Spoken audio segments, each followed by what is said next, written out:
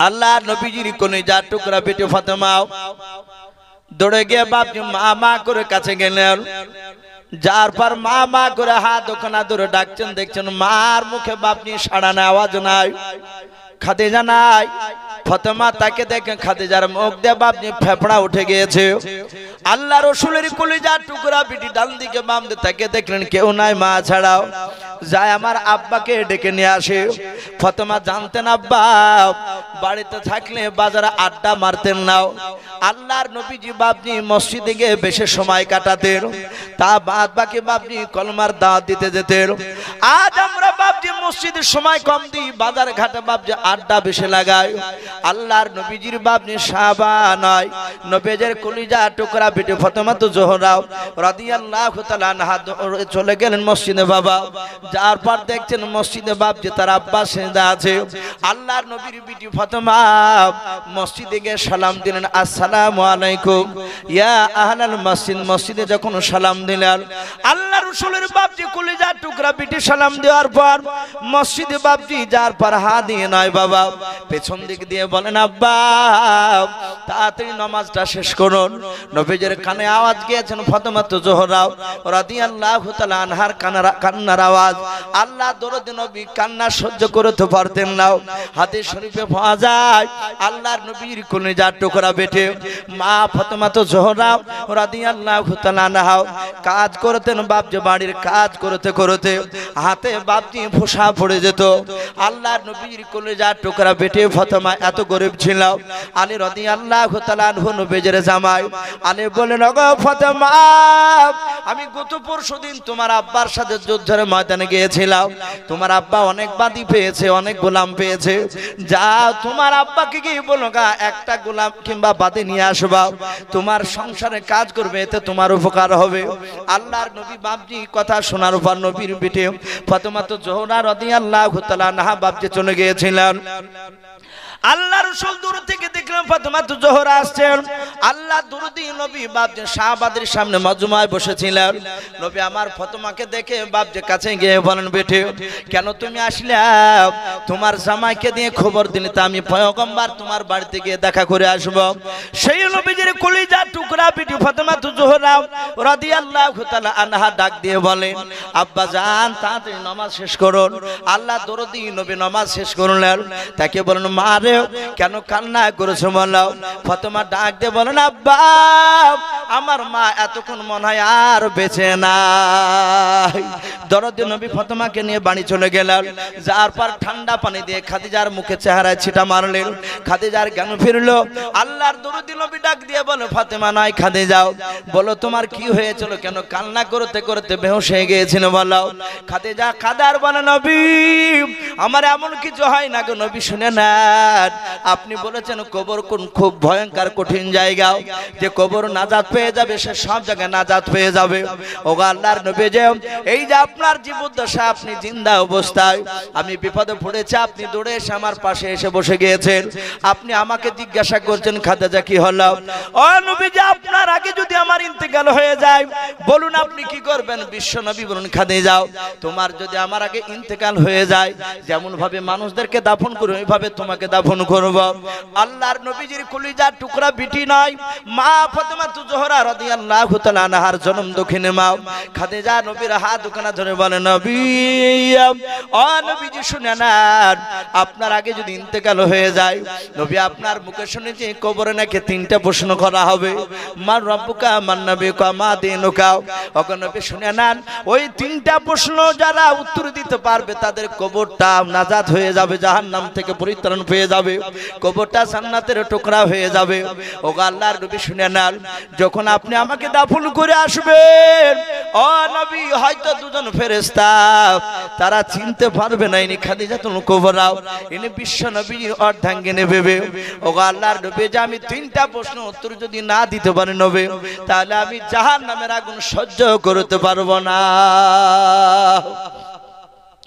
আল্লাহ রাসূল বলেন ওরে খাদিজা তুমি কেন নাও, আমি পয়গম্বর রাসূল তোমার কাছে কথা দিলাম, আমি শুনে না তোমার সুন্নাত দেখেছি, এমন ভাবে আমার সুন্নাতকে মানো যেমন ভাবে আল্লাহর বিধানকে তুমি মানো।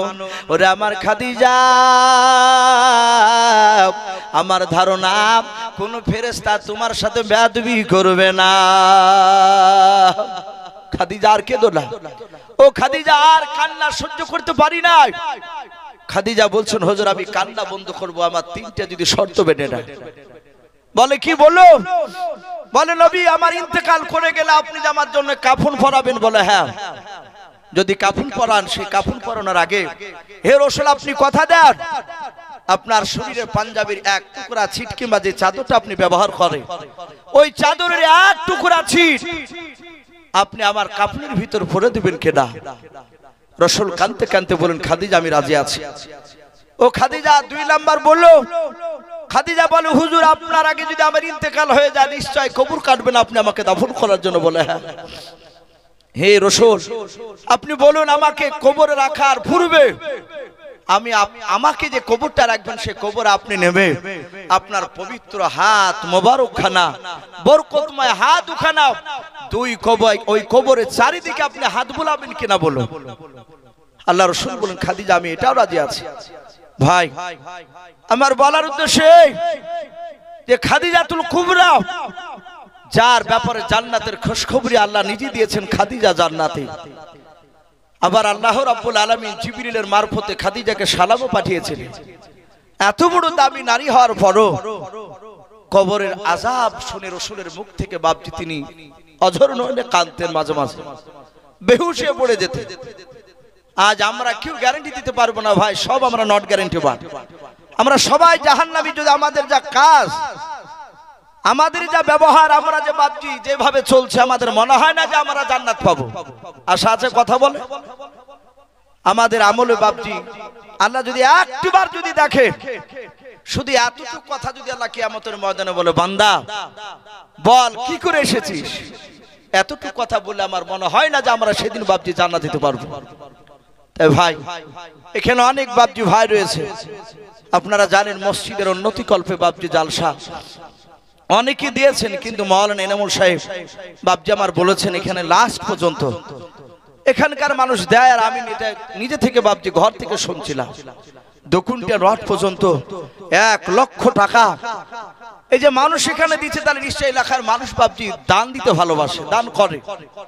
তাই আমি প্রতিটা বাপজি ভাইকে বলবো ভাই বেশিক্ষণ কষ্ট দিব না, যেহেতু আপনাদের সামনে আরেকজন প্রধান বক্তা আমার পরই উনি আসবেন, হয়তো আর কিছুক্ষণ পরে চলে আসবেন।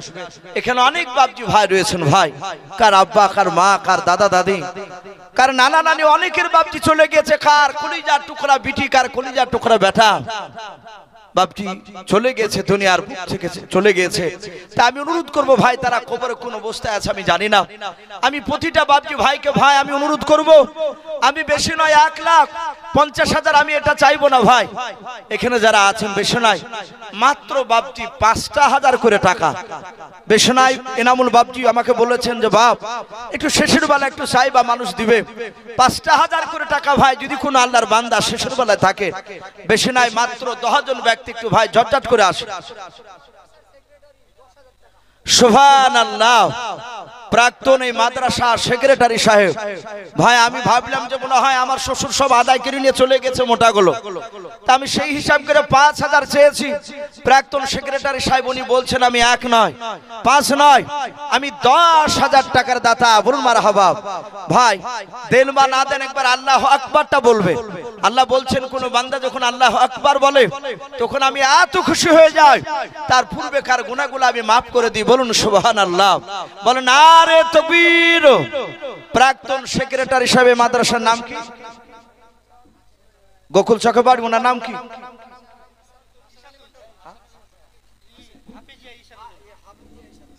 হাফিজা ইশাক আলী মন্ডল।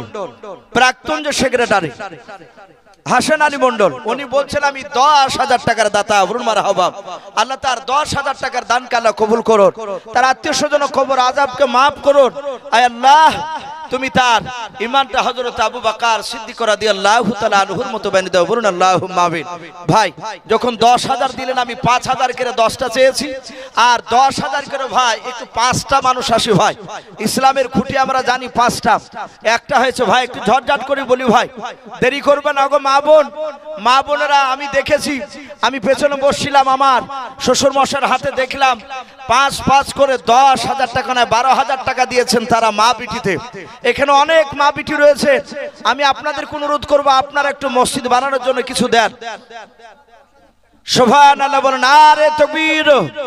এ শফিকুল ইসলাম নামে দেখো বান্দা কোথায় যে ছিল, আল্লাহর নাম শুনে দেখো 10,000 টাকা দিলাম, যার সাথে যে নিয়াতে করিয়াছে দান, দানকে কবুল করো তুমি সুবহান।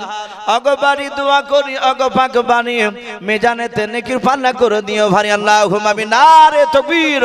ভাই দুজন হয়েছে ভাই, একটু আসি। মাশাআল্লাহ ভাই দেখেন আব্দুর রশিদ সাহেব, উনিও বলছেন আমি 1 টলি ইটের দাতা, বলুন মারহাবা, বলেন আরে তাকবীর। আল্লাহ তার 1 টলি ইটকে আল্লাহ তুমি কবুল করে নিও, আল্লাহ তুমি তার রুজি রোজগার বরকত দাও, তার আত্মীয়স্বজন কবর আযাবকে maaf করে দাও, বলুন আল্লাহুম্মা আমিন। ভাই একটু তাড়াতাড়ি আসো ভাই।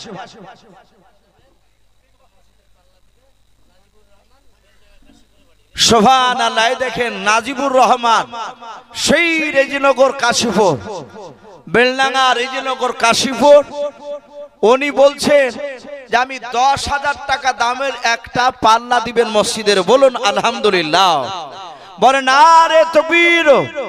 নাজিবুর রহমান রেজিনগর সেই কাশীপুর থেকে বলছেন আমি মসজিদের দরজা 10,000 টাকা দামে দেব। আল্লাহ তার 10,000 টাকা দামের এই দরজাকে আল্লাহ কবুল করে নেন, বলুন আল্লাহুম্মা আমিন। আয় আল্লাহ, তুমি বলেছো যারা মসজিদে দান করবে তাদের জন্য আমি জান্নাতে 1 টাকার ঘর বানাবো। ওগো মালিক, আমি তোমার কাছে দোয়া করি মহল্লাও যারা দান করছে, যারা করতে পারে নাই, তুমি সকলের জন্য জান্নাতে তুমি 1 টাকার আমাদের ঘর বানিয়ে রাখো, বলুন আল্লাহুম্মা আমিন, বলেন আরে তাকবীর। সুবহানাল্লাহ। দেখেন মাওলানা সিরাজুল সাহেব, হাফেজ সিরাজুল ভাই আমার, উনি কাটা বাগানে থাকেন। আমি গত 3-4 বছর থেকে ওনাদের মাদ্রাসায় যাই, আল্লাহ বেচারা আল্লাহ আগামী তো আছে জালসা, উনি এসে কথা বলছিলেন আমার সঙ্গে, উনি বলছে যে আমিও 5,000 টাকার দাতা, বলুন মারহাবা। আল্লাহ তার 5,000 টাকা দানকে মাওলানার কবুল করে নিয়ে মহল্লা তুমি তার আত্মীয়স্বজন কবর আযাবকে তুমি maaf করে দাও, বলুন আল্লাহুম্মা আমিন। ভাই একটু তাড়াতাড়ি আসো ভাই, আজ আপনাদের কাছে জান নয়, সাহাবাইকেরাম রাসূলের দরবারে তারা বসা ছিলেন।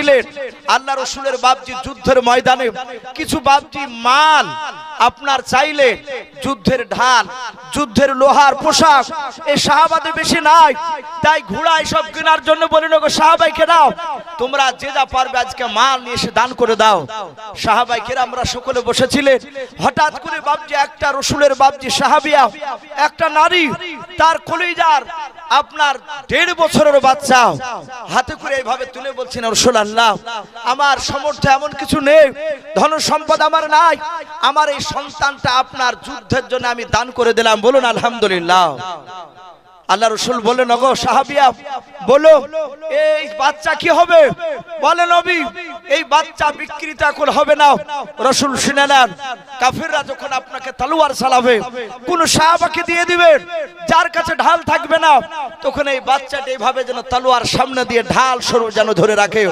ভাই আজকে জান নয়, তারা জানের প্রতিযোগিতা করতেন, আজকে জান নয় বাপজি কিছু মাল ধন সম্পদ থেকে বাপজি কিছু মাল টাকা একটু আসে ভাই ঝটঝট করে দি। সুবহানাল্লাহ। মুমিনুল শেখ এখানে বাড়ি নাকি? এই মাওলানা সাহেবের বড় ভাই মুমিনুল ইসলাম, উনিও বলছেন আমি 1 কুইন্টাল রড, বলুন মারহাবা, বলেন আরে তাকবীর। আল্লাহ তাআলা 1 কুইন্টাল রড কে আল্লাহ কবুল করুন, বলুন আল্লাহুম্মা আমিন। আয় আল্লাহ, রড দিয়ে যেমন ছাদকে টনটনি করে ধরে রাখে, ওগো মাওলা তুমিও সেই মুমিনুল ইসলামের ঈমানটা তুমি রডের মতো মজবুত করে দাও, বলুন আল্লাহুম্মা আমিন। ভাই একটু আসি ভাই, আল্লাহ বলেছেন আমা খলাকনাকুম আজওয়াজা। সুবহানাল্লাহ। মাঠপাড়া রফিকুল শাহ বলেন আরে তাকবীর। মাঠপাড়া রফিকুল শাহ উনিও বলছেন 1 টলি ইট, বলুন মারহাবা। মাঠপাড়া রফিকুল শাহ নামে দেখো বান্দা কোথায় যে ছিল আল্লাহ নাম শুনে দেখো একটনি ইট দিয়া গেল ওগো বাড়ি দোয়া করি ওগো পাক রব্বানা জান্নাতে খেলায় তুমি আঙ্গুর বেদানা আল্লাহুম্মা আমিন। নারে তাকবীর ভাই একটু তাড়াতাড়ি আসি। মাশাআল্লাহ দেখেন এই মাওলানা সাহেবের আবার মেজো ভাই উনিও বলছেন এক টলি বালি, বলুন মারহাবা। আয় আল্লাহ বালির দানাতে যত দানা রয়েছে বালি এক একটা দানার বিনিময়ে ও মাওলা তুমি 5 লক্ষের উপর বেশি করে তুমি নেকি লিখে দাও, বলুন আল্লাহুম্মা আমিন। আল্লাহ তুমি তার আত্মীয়স্বজন কবর আযাবকে maaf করে দাও, বলুন আল্লাহুম্মা আমিন। মাশাআল্লাহ দেখেন মাওলানা সাহেব নাম মৌলানা হাজিকুল ইসলাম সাহেব, এ দেখেন ওরা ভাই ভাই বাপজি পাল্লাপাল্লি শুরু করে দিয়েছে। মৌলানা হাজিকুল ইসলাম সাহেব উনিও বলছেন এক টলি বালি, বলুন মারহাবা, বলেন আরে তাকবীর। আল্লাহ সেই মৌলানা ভাইয়ের এক টলি বালিকে আল্লাহ কবুল করে নে মহল্লা, তুমি তার ইলমিয়াতকে কবুল করে নাও, বলুন আল্লাহুম্মা আমিন। আল্লাহ তুমি তার দ্বারা দ্বীনের খিদমত তুমি করে নাও, তার আত্মীয়স্বজন কবর আযাব maaf করে দাও, তাদের রুজি রোজগারে বরকত দাও, বলুন আল্লাহুম্মা আমিন। ভাই আসি এই দেখেন মৌলানা সাহেবের হাজিকুল মৌলানা সাহেবের ছোট ভাই উনি বলছেন 5 বস্তা সিমেন্ট প্রায় 2000 টাকার উপরে দাও, আল্লাহ তার 5 বস্তা সিমেন্টে দানকে আল্লাহ কবুল করুন, বলুন আল্লাহুম্মা আমিন। সুবহানাল্লাহ। গোয়াশে বাড়ি সুফেরা বিবি মা আমার পর্দার আড়াল থেকে এসে বলছেন 5 বস্তা সিমেন্টের বস্তা দান করেছে, আল্লাহ তুমি তার দানকে কবুল করে নিও, আল্লাহ তুমি সেই সুফেরা মায়ের দানটাকে মহল্লা তুমি কবুল করে নিয়ে তার ঈমানটা হযরত মা ফাতেমা জোহরা রাদিয়াল্লাহু তাআলা আনহার মতো বানিয়ে দাও, বলুন আল্লাহুম্মা আমিন। ভাই আসি কালু ভাই আবার উনিও বলছেন 5 বস্তা সিমেন্টের দাতা, বলুন মারহাবা, আল্লাহ তার দানকে কবুল করুন। ভাই আমরা কেউ খালি হাতে যাব না ইনশাআল্লাহ। ইমানদার আপনার কলা গাছের মতো, কলা গাছকে যত কাটবে তত কলা গাছ তেউর ছাড়ে বের হয়। ইমানদার একবার দিয়ে বাপজি বন্ধ হয় না। ভাই একটু আসি, আমার পরিবক্তা আসবে, ভাই দেরি না করে একটু তাড়াতাড়ি আসে। আমি এই জালসার কমিটি ভাইদেরকে বলবো ভাই প্রধান বক্তাকে একটু রেডি হতে বলবে, হয়তো মানুষ বিরক্ত হতে পারে। শামসুল মন্ডল হজে যাবেন সামনে, হ্যাঁ আল্লাহ আপনার হজকে কবুল করুন, বলুন আল্লাহুম্মা আমিন। উনি 10 বস্তা সিমেন্টের দাতা, বলুন মারহাবা, বলেন আরে তাকবীর। ভাই দেরি না করে একটু তাড়াতাড়ি আসো ভাই। সুন্দরা নারে তাকবীর। এ সুন্দরা বিবি নামে দেখো মা আমার কোথায় যে ছিল পর্দা না হতে দেখো তো বস্তা মসজিদ বানাবো বলে সিমেন্ট দিয়ে গেল, যে আশাতে যে নিয়াতে গুণই আছে দান, দানকে কবুল করো তুমি সুবহান। ওগো বাড়ি দোয়া করি ওগো পাক বাড়ি মিজানেতে নেকি পানা করে দিও ভারি, আমি পাপী গুনাহগার দোয়া নাই জানি, তার জন্য দোয়া কর।